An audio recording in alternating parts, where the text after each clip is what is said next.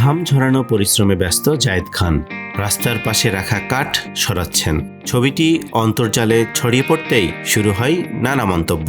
কেউ বলছেন জীবন সংগ্রাম, কেউ বলছেন সময়ের পরিহাস।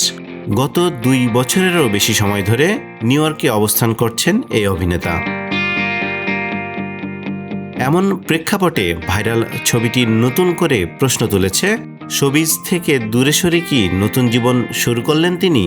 বিষয়টি নিয়ে যোগাযোগ করা হলে জায়েদ খান সংক্ষিপ্ত প্রতিক্রিয়ায় বলেন, সবসময় মানুষের একরকম সময় যায় না। এ নিয়ে আপাতত কিছু বলতে চাই না। সবাই আমার জন্য দোয়া করবেন।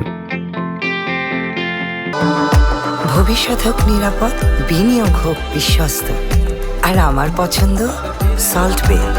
ওয়েলকাম টু সল্ট বে। তবে একটি নির্ভরযোগ্য সূত্র জানিয়েছে, প্রবাসীদের জীবন সংগ্রাম নিয়ে নির্মাণাধীন একটি সিনেমার দৃশ্য ধারণের অংশ হিসেবেই শ্রমিকের বেশে ক্যামেরাবন্দী হয়েছেন তিনি। অর্থাৎ ভাইরাল ছবিটি বাস্তব জীবিকার চিত্র নয়, বরং চলচ্চিত্রের শুটিংয়ের অংশ।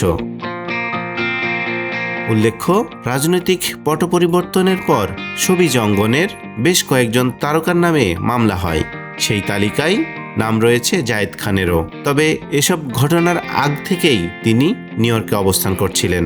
সেখানে বিভিন্ন সাংস্কৃতিক অনুষ্ঠানে অংশ নেওয়ার পাশাপাশি উপস্থাপনা করছেন Friday night with Zayed Khan নামের একটি টকশোতে। ভাইরাল ছবি, গুঞ্জন আর বাস্তবতার ভিন্নতা সব মিলিয়ে আলোচনা যেন থামছেই না। ডেস্ক রিপোর্ট, আমাদের সময়।